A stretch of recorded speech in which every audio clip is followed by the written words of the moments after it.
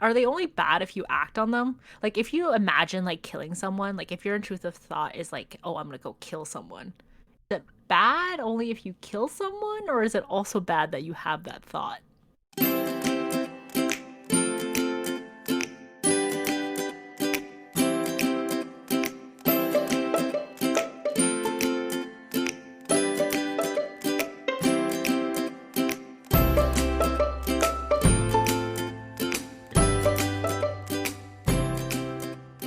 Hi everyone, welcome to another episode of Apologetically Me. I'm Maggie. I'm Wanda. We're here with an episode about intrusive thoughts. Are we the only ones who have these thoughts? Do you want to join us? But before we get started, Wanda, tell the people what you got going on. So, for the first time ever in my life, I have taken a day off of work. It is Ever? ever. Wow. Like, I used to go into the office sick because, like, I know this isn't like great, but I had no sick days, I had no vacation days, and I'm sure, like, my manager, like, I've had really cool managers, like, my entire career. Like, I'm sure they would have been cool with it, but I just, like, had this whole, like, mentality of, like, no, I need to go in. I don't want to face, like, the awkwardness of having to message my manager in the morning, being like, I can't come into work. So, somehow that awkwardness and anxiety has like overrode how sick I was. So I'd just be in the office, usually on a Friday, just dying. Oh my god. Yeah. And this is the first time I've ever had vacation days. And this is the first time ever I have taken a single day off. I am plan to take more vacation. Not in the coming months, but I was looking up vacations for New York or like Hmm. nights in hotels for New York because I woke up one day and I was like, I'm really craving a New York bagel. So I felt like that was the catalyst When are you to guys thinking of going? probably July 14th ish to July 2020 something ish. Just because Jordan has a lot of concerts and starting in like May, it's like non-stop concerts. So it's like very rare to have like a week where there's no concerts. So we're Mm, very like limited in like when I can book this vacation. that's fair. Well, keep us posted. I don't know if Just tell me I don't what dates you're planning. okay. And then I'll think about it. Yeah. It's either that week or the week before my birthday because I found out that I don't like celebrating my birthday on vacation Mm, because it's too stressful. Um, 'Cause you always have to think of something to do in this like new city, right? And it's like there's so many options and I get like decision fatigue where I'm like there's too much. I can't do this. I can't just choose one thing. So Jordan's bright idea was to travel on my birthday.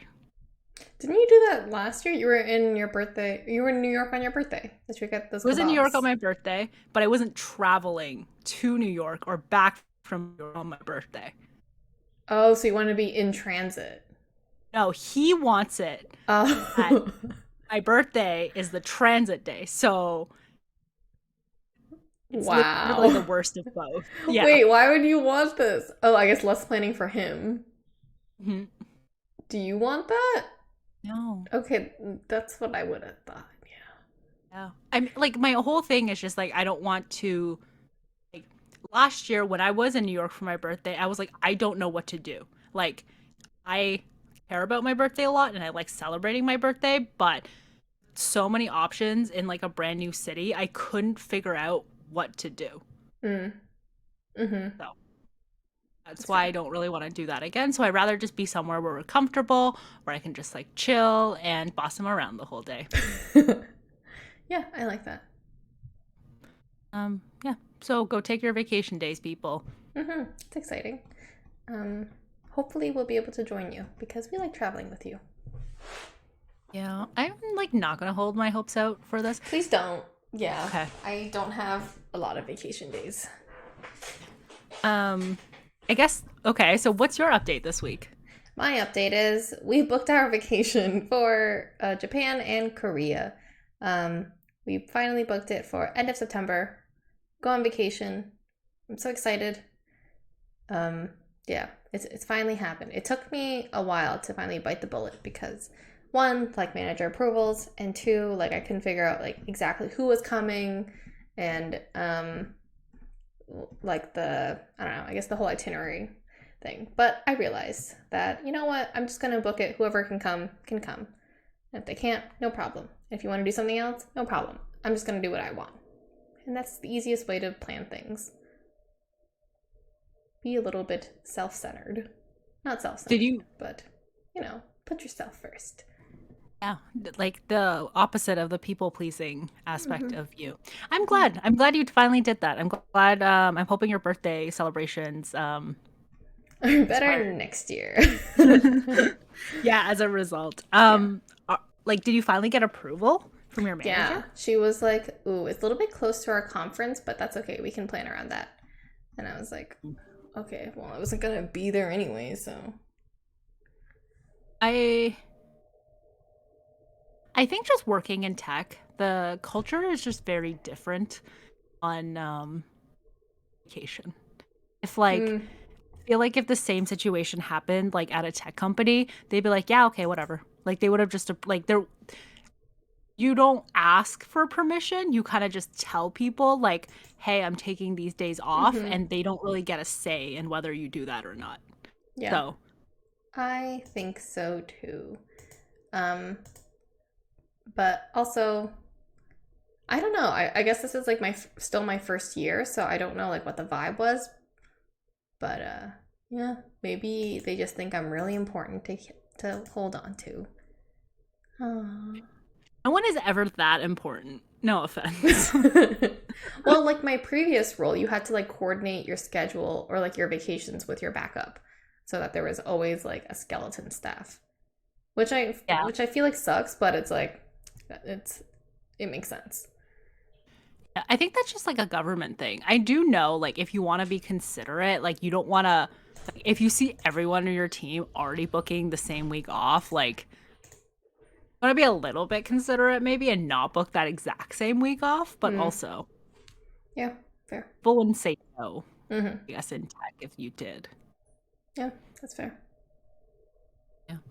I am so happy for you. I wish, I mean, really, if you go the last week of, hmm, For what? so I have two schools of thought. I could join you because I don't have anything until mid-October, but I'm hesitant because you have a lot of stuff on your like itinerary and it feels like a very stressful vacation. So I am hesitant. It definitely will be high energy vacation. Like we're definitely going to be on the go a lot. But I'm excited. I'm looking forward to it. I think it'll be fun if you come. Also, no pressure if you don't want to come. But yeah, I understand where you're coming from. Yeah. Maybe I'll grab information from you afterwards. Hmm. But I looking at the itinerary that you planned, I am cautious. But I also don't want to be like the one being like, "Oh, I don't really want to do that." And then you're like, "Oh, if you don't want to do that, like we don't have to do that today or something." Like, you Oh, know. no. On vacation, I am very selfish. I'm like, then you don't have to come. Go for it. You do your own thing. Which I feel like is like more people should take that approach too. On vacations, like you don't always have to be together. I wouldn't recommend that for any other country. Japan is a different case because it is quite safe. And like you'll have Jordan if anything. So that's why I'm okay with it. If it were just me and you traveling, then I'd be like, then we don't have to do it. But because we're in a group, I'm like, yeah, whatever. Yeah, that makes sense. I think the main thing is like I want to travel with you to Japan where they like I don't speak the language just because I want you to take the lead and I don't have to say anything. And Mm-hmm. that's yeah.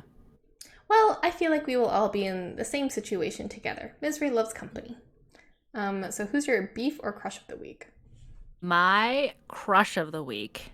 and I know I'm very behind on this, but I have been loving the book, The Seven Husbands of Evelyn Hugo. Um, Yay! I didn't think it was like it started off really slow, Mm-hmm. and I wasn't even going to really. I kind of forgot about it actually because the hold on it was so long on Libby that I was like, when if I like when Maggie was like, oh, like I like how like I uh I borrowed it got on the your book for you. behalf. Yeah, exactly. And I was like, oh, okay, cool. Like I was kind of in the middle of books anyways. Like there wasn't really anything catching my attention, like audiobook wise. So I was like, okay, I'll listen to it. And like the first part was like really slow, but then you like really get into it and it's Mm-hmm. just like such a good book. Like it's so complex. And like usually I find that I don't love stories where it's not like a heterosexual couple. I think it's just like I feel less like emotional connection, I guess. Like I don't feel like I can understand as much the relationship dynamic, and so I don't have anything against unheterosexual relationships, but I see what you it's mean. just like a self-insert kind of thing, and I find it Mm-hmm. harder for myself to self-insert. But this book doesn't necessarily feature all heterosexual relationships, and yet it is like one of the most like emotional like things that I've like experienced where I actively look forward to going to the gym. I mean, I do that anyways, but just to like listen to the book. I And am so happy. Where are I can you at right understand. now? I think I am. I I have an hour and 40 minutes left of the book, so probably like an hour and 20, 30 minutes Hmm, left. okay. Um, 'cause there's always like credits or something at the Mm-hmm. end, and I'm pretty late, right? So like it's okay if like actually say where I am. Yeah, that's fine. Spoiler wise, yeah, Mm-hmm. okay. Um, I'm at the part where she's like Evelyn's in her like 50s. She's like going back to Celia, or like she's like crafting this plan, and she is going to move, and then she found that Harry had killed his lover, I guess, in like a car, like he was driving drunk. And she found his car like wrapped around a tree essentially, and she like got him to a hospital. So that part I was like, holy shit. I knew something like that was coming just because of his like drinking problems and everything. And I'm assuming Harry dies, but I'm not sure yet. But Harry's it's life is tragic. yeah, it's there's so many like it's such a shitty time. Like it's just like Mm-hmm. listening to the stories of like everyone who's like closeted and everything, and the things that they have to go through is just like ugh. Mm-hmm. Not like so relatable because I cannot relate, but I like so like empathize with Mm-hmm. like the situation. And I just love Harry. Like Harry is like my favorite character in this book, basically. He's such like a supporter for Evelyn, and he's so Yeah. strategic. Yeah. I mean, like everyone in this book is like very strategic. Like even the beginning when Celia was like, I don't like I don't know how you do this. I don't know how you're so strategic. But in the end, it's like the tables are turned where Mm-hmm. it's like Evelyn's like, I don't care anymore. And Celia's like, no, like this is how we're going to play it. This is how we're going to strategically Mm-hmm.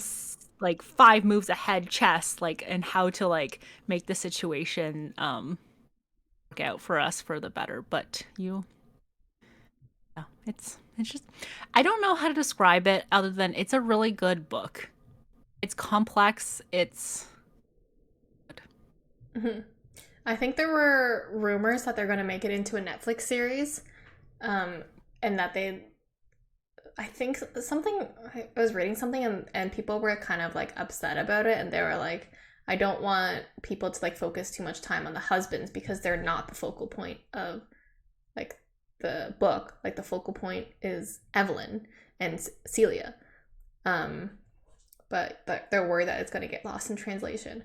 But what I'm really upset about is that this whole time when I was reading it, I was like picturing Marilyn Monroe. Like, were you doing the same thing?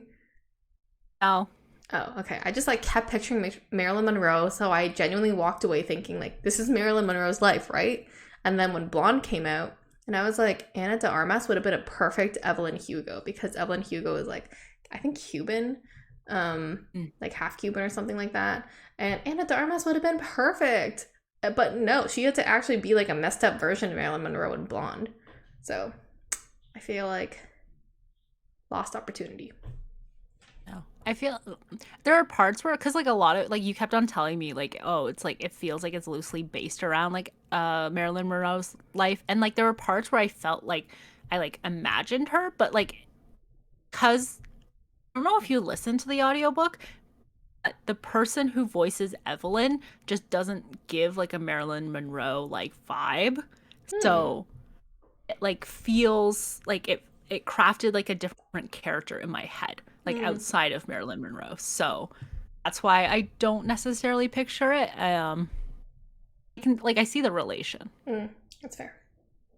You should listen to the audiobook. I should. Can't wait to go through the motions again. I mean, I hope it doesn't get made into a Netflix. I mean, all her books are getting like made into Shows. uh, shows, Hmm. yeah, or movies. Yeah. So, Reese Witherspoon's producing Daisy Jones and the Six on Prime. mm, And I did not love that book. I thought I read Seven Husbands first, and then I read Daisy Jones, and I was like, ugh, that was such a like a disappointment. Like it's like very similar, like interview style, and then there's like this big plot twist in the end that you kind of see coming. Um, but yeah, it just like wasn't as good, and I don't know how the show will be. yeah, I don't find the cast attractive enough, and because of that, I don't want to read the book. And I feel like that. Okay, I'll talk about like the whole like that thought later. I totally agree with you because like when you read, I think the main character's name is Billy, but they cast Sam Claflin as Billy, and yes, Sam Claflin was like really attractive back in like Hunger Games, Catching Fire kind of vibe, but in the trailer, he does not look the best. He looks a little bit old, and like this cast is supposed to be like young, hot kids, like that. It's like the age of rock and roll, drugs, and sex kind of thing. Like Daisy Jones was like groomed essentially when she was 16. So yeah, they're supposed to be like way hotter. Um, and the I think the person who plays Daisy Jones is actually Elvis's granddaughter, so maybe like that's where they were headed. Um, yeah, they made him really ugly. Yeah. He is like really like he's like attractive like Hmm. normally, but like I don't know, something about the hair maybe that Yeah, the sideburns and just like the whole look, it just made him age like 20 years and just not hot. See, this is what happened with Anthony in Bridgerton, where he got rid of his sideburns in season two, and Hmm. everyone was like, so hot. Exactly. Even like the one character in my head, I just kept reading her as an Asian girl for some reason, even though I know realistically, like that wasn't probably realistic. And then they cast like Suki Waterhouse, who is very hot, but still like, hey, that wasn't an Asian girl like I pictured. I don't know why. All the Mm, Karens in my life are Asian, so that's why I pictured it. I see. Um, I did put some other of her books on hold, but I did not put that one on hold because of your My sad. anti-recommendation. Mm. Yeah, Sadie. Yeah, well, I yeah, could be wrong. Some people were saying they really liked it over Seven Husbands, so. yeah. We'll see. Maybe I'll watch the show and then I will consider it. But I have another one of her books I want to read first.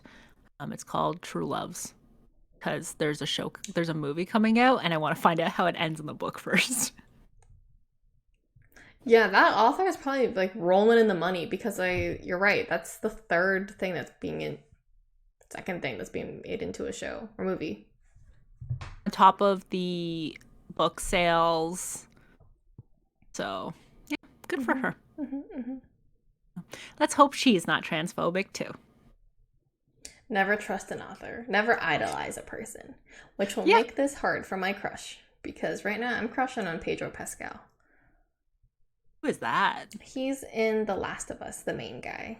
He was also The Oh, Mandalorian. He was in Game of Thrones. He was what else was he in? He's in the incredibly massive, talented Nicolas Cage.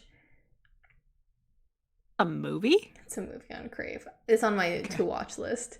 Apparently, it's like a satire of Nicolas Cage, like very loosely based on his life, where like he's very bad with money and then spends it all on dumb stuff, and then Pedro Pascal hires him for a gig. Which is true because Nicolas Cage did declare bankruptcy many times. But yeah. Anyways, I've been watching The Last of Us.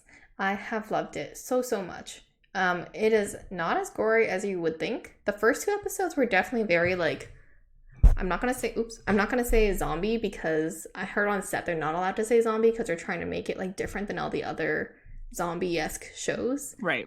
So the infected, I guess. Like I guess the first episode you see how people become infected and stuff, and it is like a little bit gross because also I don't like mushrooms. So the idea of fungus and stuff, now I'm for sure not eating mushrooms ever.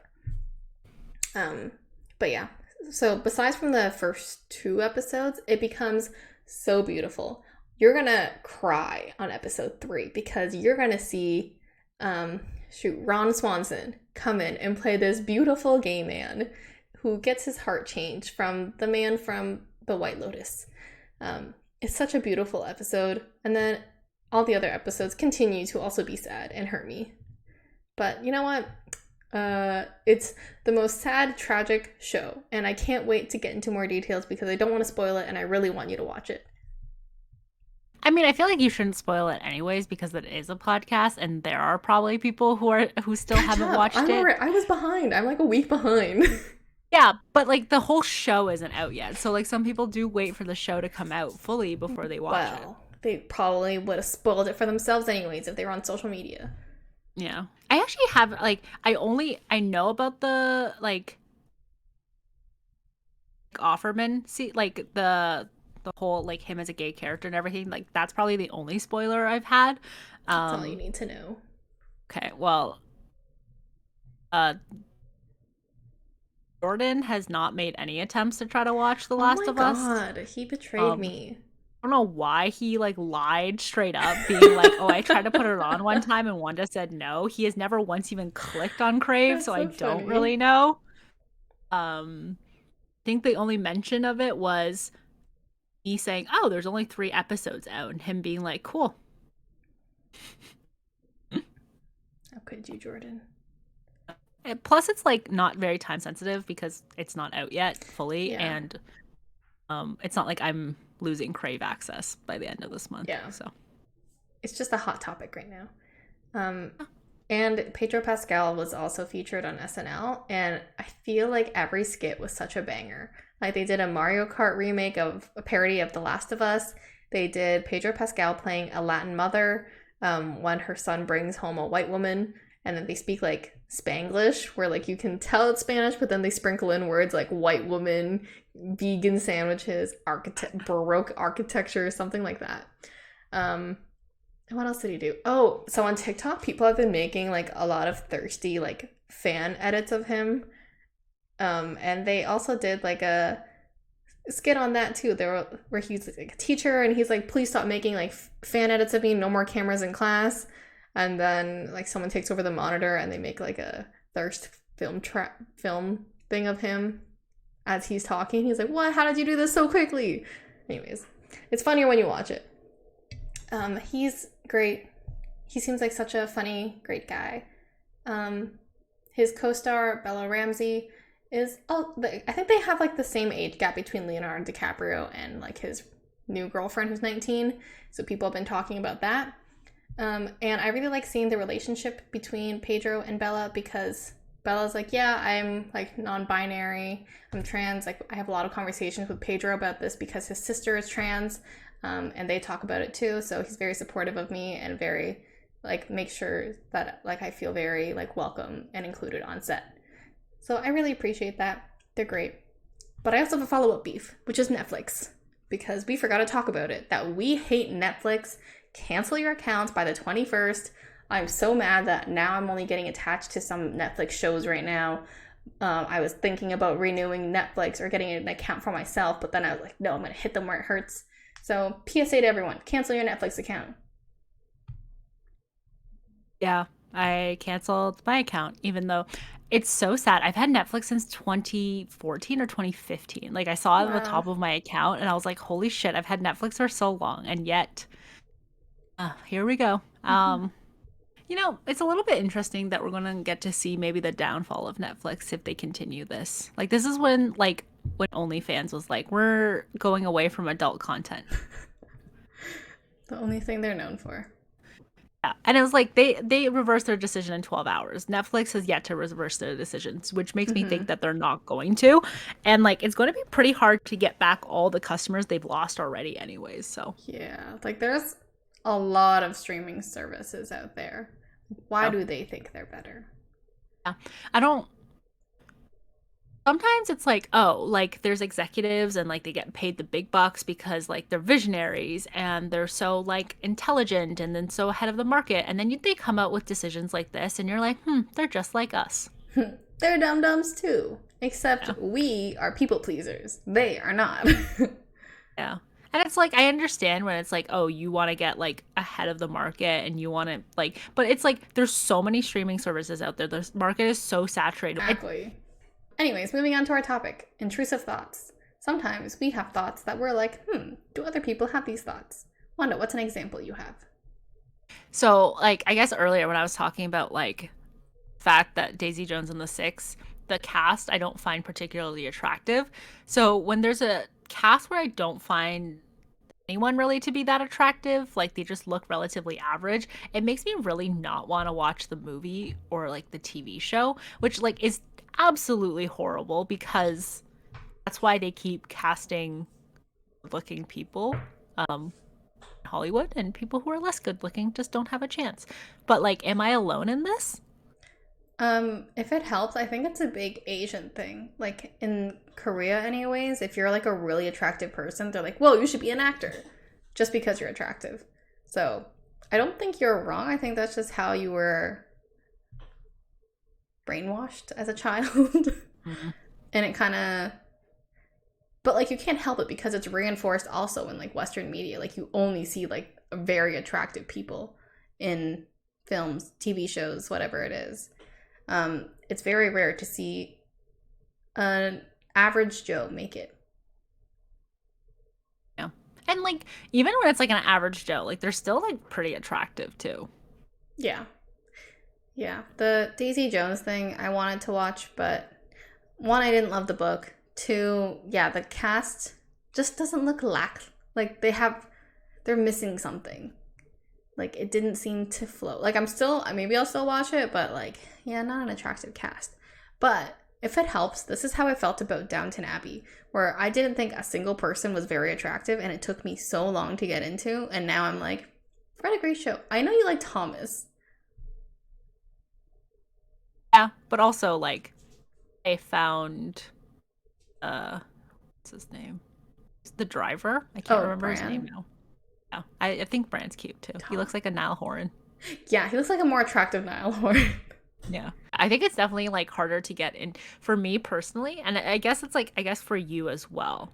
But is it Asian conditioning? How do I break out of that? I How do don't. I, Now I feel bad blaming on Asian conditioning because you did grow up based on Western media. So I think it's like both. Mm, yeah, how do I get out of this? Help me. Um, watch ugly people. Yeah, go watch Daisy and the. Daisy Jones and the Six. Well, when Thank you you. started watching Downton Abbey, were you like, well, every person's so hot, or like, did they grow on No, you? like, but like, I heard about Downton before I knew anything about it. So I didn't really know what the cast looked like. And then, like, I think the first episode just kind of hooked me.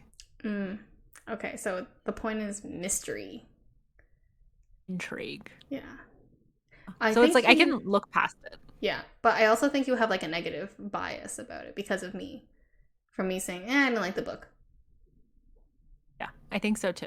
So it's like now it's double hard. If Yeah. they ever came out with like Seven Husbands of Evelyn Hugo book or like TV show or movie, and like people weren't attractive in it, which I don't know why they wouldn't be because she's literally described as one of the like most beautiful women ever. Um, and I will still watch it. Exactly. See? So it's not about attractiveness, it's just about all these biases going against it. Yeah. But I also definitely like I know I've said this to you before, being like, oh, I don't want to watch this show or this movie because I don't think the people are particularly attractive. Mm, yeah. Fair. You have another example of intrusive thoughts? Yeah, I was just telling you about it. It's like when you see a really hot girl and you're like, whoa, am I bisexual or do I just have eyes and common sense? Do you have this thought too? I used to a lot. But I think like my brain has processed it to the point of no, it's just everyone thinks this. Because I have like a tack on for that as well, where it's like if I'm staring at a girl at the gym, like how like is it? Do you think it's better or worse if she catches me than if like a man was staring at her at the gym? I don't know. And like, how do you like? What do you think that would take it as? Like, let's say like you were like the gym, and you saw like another girl just like staring at you. What do you like? What's the thoughts that go through your brain? I think, oh my god, she's judging me. My form was bad. Oh no. Okay. Shouldn't stare at people anymore. I mean, I feel like you shouldn't stare in general, but it's really hard at the gym. Like, even if someone is squatting, I know I'm so sorry I should look away, but I'm like, holy shit, their form is great. Or like, wow, they have a really great butt. Something about Toronto gyms where guys just have absolute dump trucks of ass. Like it's probably some of the biggest butts I've ever seen in real life, and it's never on women. It's like on the men, and I'm like, how? How did you do this? A lot of work, which I respect, but like because I guess they wear like pants that don't work for them, like really baggy pants, and then all of a sudden they squat, and I'm like, whoa, you were hiding that? I feel like I feel like there's less care, so like a lot of people, like a lot of guys do wear very tight pants to the gym, so then you really see their ass and you're Mm-hmm. like, wow. It's like is quite impressive. There was one Mm-hmm. time where I messaged Jordan halfway through and I was like, "Did you see that guy's ass?" And he's like, "Yeah, it's huge." So, he doesn't stare at women's butts. He stares at men's butts. That's fair. It's kind of the same. Yeah, Going back okay. to your whole point, yeah, I think I've come to terms with the fact that I don't think I'm bisexual because the thought of vaginas kind of scare me. Um, that's how I've come to that realization. Vaginas scare you. Like, Yeah. can you imagine like looking like straight head on into a vagina? Hmm. How do you feel about that? To be fair, I don't really want to look head on at a penis or a vagina. Like, I prefer genitalia not to be Head like on? head on. Side profile? Side profile only. So, like, that's like a bad part to envision, but it's just, I don't know, I'm trying to think. Like, the first time I saw Ruby Rose, I was like, oh my god, that person is very attractive. Like, if you were to look straight on into her vagina, would you still? I guess not. Hmm. I don't know if it's like the societal conditioning of being like, oh, women are very hard to please. But I find like a vagina like very intimidating. Oh my god, another person to disappoint. Yeah, exactly. Even though I have one, I'm like, oh, every woman is so different. So like just Yeah. because I like something doesn't mean this person's gonna like Mm-hmm. something. And it's like, ugh, this feels so difficult. Like there's Mm. so like an extra level of pressure there. Yeah. That would be very intimidating. Yeah. And that is why I have come to the terms of I don't think I'm bisexual. I think it's just they look good and I want to be them. Hmm. No. Nick phrased it as, "Do you want to have sex with them?" And I was like, I think no for the most part. Yeah. I think it's like also kind of like adding on to that as well, where it's like sometimes when I like hear about like a non-heterosexual couple, I'm always like, how do you do it? Like it's just like it's the thought that goes through my brain, and I'm like, because this is like intrusive thoughts, right? And like again, I want to say I am not homophobic in any way, but it's just there's a brief moment my like that passes my brain, being like, oh, how do you have sex? It's like I don't think about that with heterosexual couples. Yeah, I guess it's because like it's a foreign concept to you. Like you've never done it before. So you're like, what is that like? Hmm. But I think about it like every single time where I like if someone's like, "Oh, my partner," or like he, and like it's just Yeah. like, Every time someone says partner, I'm immediately like gay? Even though I know yeah. that's wrong. Literally, it's like it doesn't even matter. It's like even when I say my partner, I'm like, "Gay?" Like Yeah. it's just the thing that that my brain goes to next. And it's like, but people use it very like liberally anyway, so it's like why does my brain immediately go to this person is not heterosexual? Yeah. I remember I was in a coffee chat with someone and I was trying to start saying partner. And I was like, oh, yeah, my partner does XX. And then she was like, oh, cool. And I was like, oh, the way her tone went up like that. Does she think I'm gay? Yeah. I guess it's like always like I always think about how I react too. It's like if someone tells me like information, like do I react in a way that seems normal? Mm-hmm. They have to Like, know I'm not homophobic. yeah, it's like Like, it's have I totally expressed? cool. But I'm just Yeah, thrown like off because you express your sexuality. yeah, but it's like I shouldn't be thrown off, right? Like it's Yeah, definitely not. Yeah, I that definitely is an intrusive thought that we have to mm, try to work on because I am the same. and it's like shitty because it's like I don't want to imagine it, but then my brain is like not listening to me, and it's just like la di la di la. Like let me like think about this more. I'm like, ugh. Mhm. My shitty intrusive thought is that when they say partner, I always assume their partner is like the same ethnicity as them. Like I'm like shocked. I'm not like shocked, but I shouldn't be. But I'm always like, oh, when they're like, oh, my partner is like white, or like my partner is Chinese or Indian or whatever it is, and I'm like, ah, I would have not that for a white man named Craig. That's interesting. I don't think I've ever experienced that before. I mean, you yourself are in a mixed race relationship, so It's weird.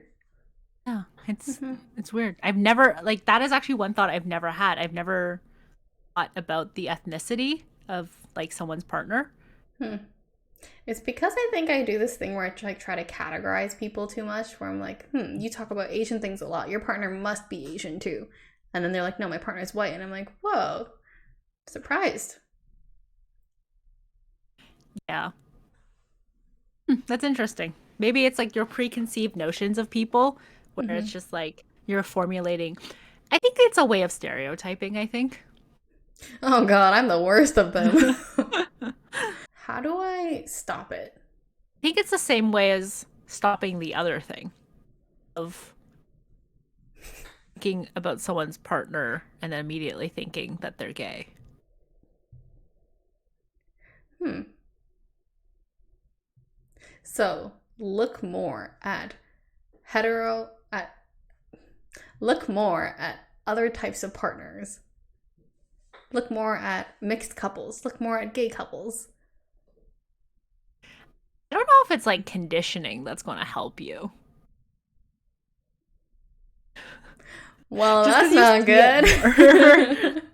Like, just I because you see see it ugly more, I don't people know. every day. How come I'm still surprised when I see an ugly person on screen? Yeah, I don't think it's conditioning in that way. Like, I don't think you need exposure therapy. I think it's more so of like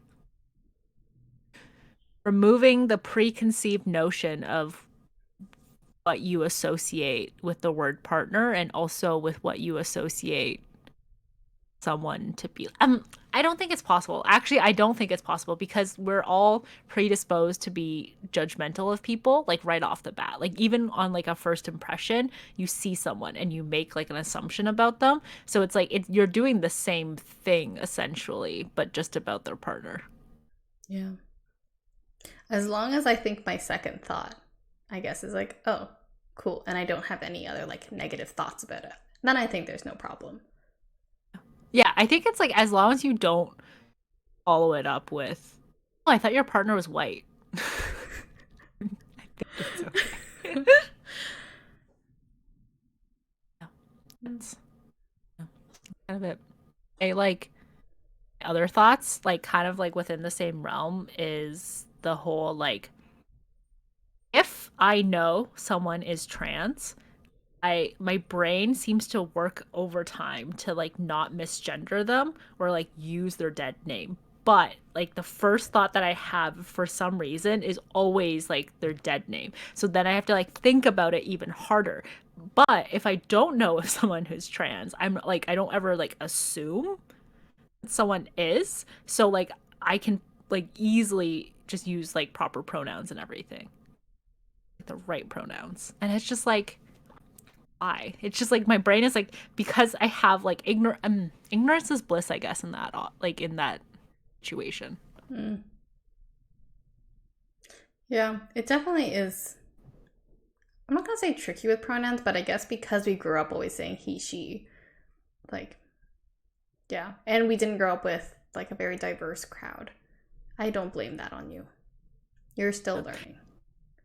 It's I'm always like really jealous of people who can really just like easily switch between pronouns. I always feel like I have like a very hard time like saying they, for example, because yeah, not transphobic, but in the MBA, like when I was studying for my MBA, there was like a thing that was like they can never be used in a singular form.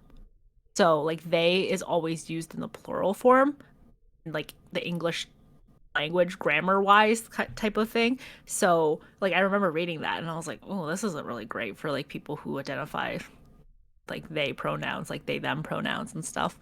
Um, but I feel like I always like when I see someone, I'm always like, this is a she or a he. Like I always have to double check myself to make sure I'm saying they or like them kind of thing. Like my first thought is always she or he, depending on what they look like.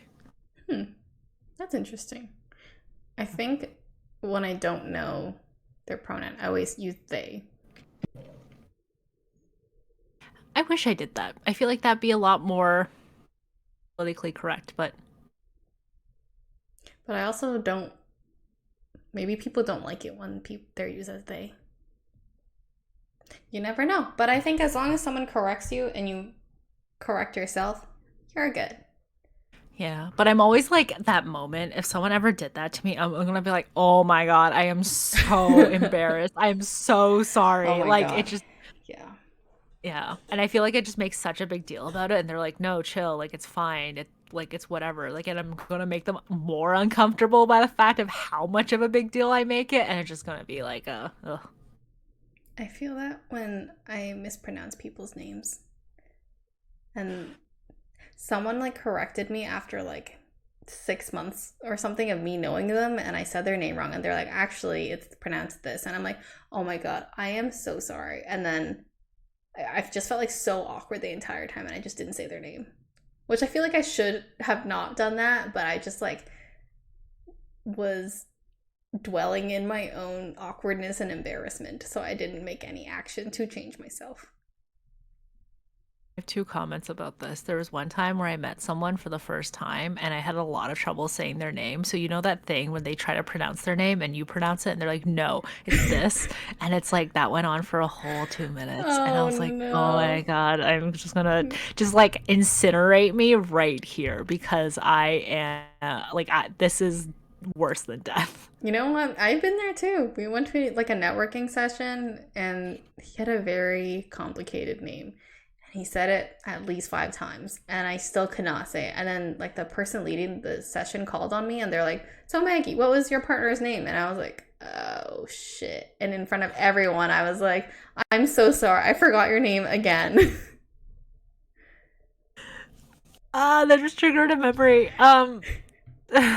So I was like at the beginning of my MBA, like this person and I were like kind of friends, like acquaintance, like we are close enough, and I knew his name and everything. But then, like a year later, we weren't really close anymore. We didn't really talk at all. But he like he was my partner for something, and then the professor was like, "Oh, Wanda, what was your partner's name?" And I'm like, I could not remember how to say his name. Like, like I saw it and I was like, "Oh my god, I know how to say his name. I can't like Oh remember." And I was no. like, I was just like like sitting there, and I was like, I couldn't remember how to say his name, and I was like, "Oh, like I don't think I remember." And then the person like spoke up, being like, "Oh, like it was me." I was like, Oh. "Oh my god, I'm so sorry." And then I messaged him. I was like, "Oh my god, I remembered you, but I didn't know how to like remember how to say your name properly, and I didn't want to mispronounce it." And he's like, "No, it's fine. It's chill." But like the moments like leading up to it, I was like, "Oh my god, I'm like so embarrassed." And I'm like so embarrassed now thinking about it, but like you saying that just like triggered this like memory. Are you guys still friends? No. We Oh. like at like it was like that was probably our last interaction. Like we Oh. but like I don't think that was the reason why. I think it was just like we were just like friends of friends in the beginning. Like you know in the beginning when you're like everyone's like trying to suss everyone out, you're trying to like make new connections and friendships Hmm. and things like that. So like in the beginning I'm always like super social and I try to talk to everybody and I'm like friends with everybody. But as it goes on, I kind of just like choose like a few people to be close to. So that's kind of just what happened. It wasn't Hmm. like me not knowing his name led to our the ultimate demise of our friendship. Sad. Yeah. It was so embarrassing. That's okay. We've all been there. And I feel like it's very important to get people's names right. Like so I never want to make someone feel like their name is like not equally as important just because it's like maybe slightly harder for me to say. Um, yeah. I agree. So, I don't want people to shorten their name either in case they yeah. feel like to make it more like white or something. I feel like I made that mistake with Prabby because I could not say his name for the longest time when I met him, and I kept asking him like, "Can you say your name again for me so that I can get it right?" And he was like, "It's okay, like it's fine." And then I was like, "No, like I want to get your name right." And then I was like, "Do you have like a shorter name? Like, can I call you Prabby or something?" And he's like, "Sure, that's fine." I was like, "Oh man, that's kind of mean." Looking So back now, you're the one who started that nickname because that's all I ever refer to him as now. I don't want to say it was me, but like maybe. Because it's like I never call him Prab Jab because it's like everyone just calls him Prabby and like what did Well, you do? yeah, I think like Nikki and Sophia, like the two who came with him, they always called him Prab Jab. And then I was like, well, Yeah. can I give you a nickname? I was a dick. Wow. What a villain origin I story. know, but now we've kept this name, and he prefers to go by Prab anyways. Who should I start calling him? I'm gonna go ask him what he prefers. He's gonna say he doesn't care. Yes, I know that. I I'm too stuck in my ways. I still call him Prabby. I think it's like a more like when you add a e to the end of like anyone's name, it's like more affectionate. It's like a nickname. Maggie. Ah, cute.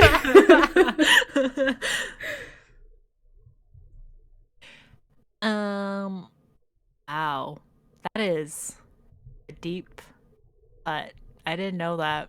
I just everyone else is like referred to him as such, so I guess I kind of just like followed the pack, and it's just one of those things that sticks, right? Like when everyone Hmm. else calls it like someone something, you also just kind of call them that thing. So, Yeah. yeah, yeah, Hmm. bad.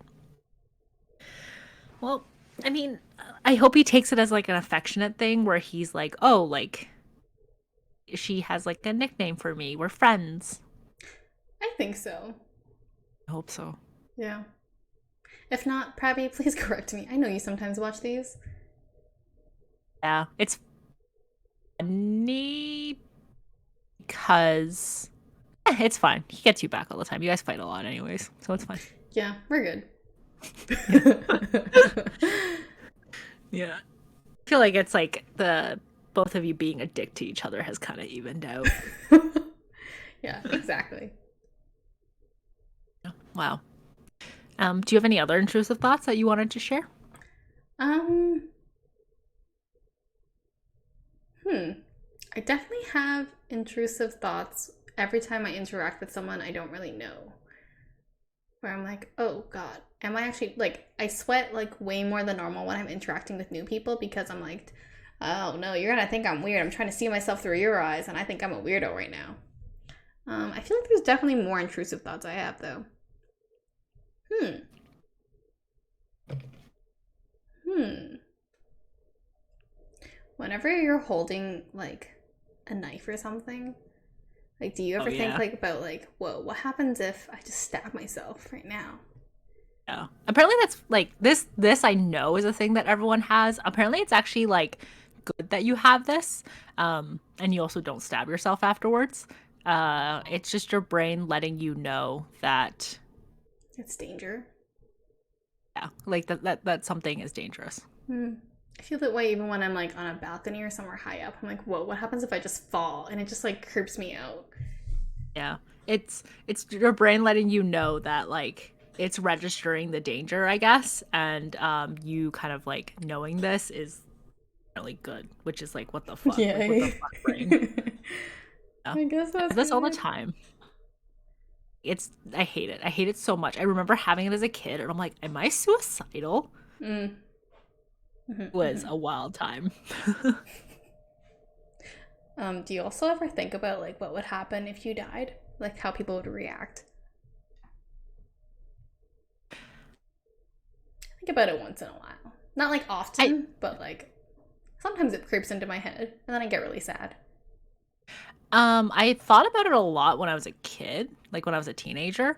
Um like a little bit less so now. The thought that tends to creep more into my head is like my like close family or like friends or something dying. And like how I'd process that. Like that's kind of what I think of instead rather than me myself dying because like I think I care less about me dying and I care more about the one that I really like love and cherish dies. Mm. Because if I'm dead, I can't process any emotions anyways and I won't be sad. But if someone I love dies, then I'm stuck processing all these like sad emotions. Yeah, I almost want me to die first And me too. so that I don't have to go through all that. Yeah. But like it's very sad. Every single time like those thoughts of like someone that I love dying enters my head, I'm like I get like I like might like I get teary-eyed a little Mm. bit when I think about it and I was like, "Ah, stop this." And it's usually like right before I go to sleep too. So I'm like, I have nothing else to do and think about right now except this and it's horrible. Mm-hmm, mm-hmm. I think about that. You're right. Sometimes before I go to bed, the one that gets me is my mom dying. Oh, Can't even think about it. I did yeah. have when Nick was gone. I did have a dream that he cheated on me, or that I cheated on him. Wild. And then I told him, and he was like, "Why are you calling it a dream? Why isn't it a nightmare?" And I was like, "Oh, he got me there." So sometimes I think about like Jordan dying and all the steps that I have to take to like tell his mom and like clean up the like apartment and everything and like what am I gonna do with all his stuff and it's The hassle alone to clean up all the stuff. yeah, me the ever planner. I mean, of course, I will be there to help you if that ever happens. Knock on wood. But, oh, all Thank the you. work. No, I will also help you too. Thanks. And Jackie? I'm allergic to Jackie. Then how can you help me? I will we will put Jackie out on the balcony.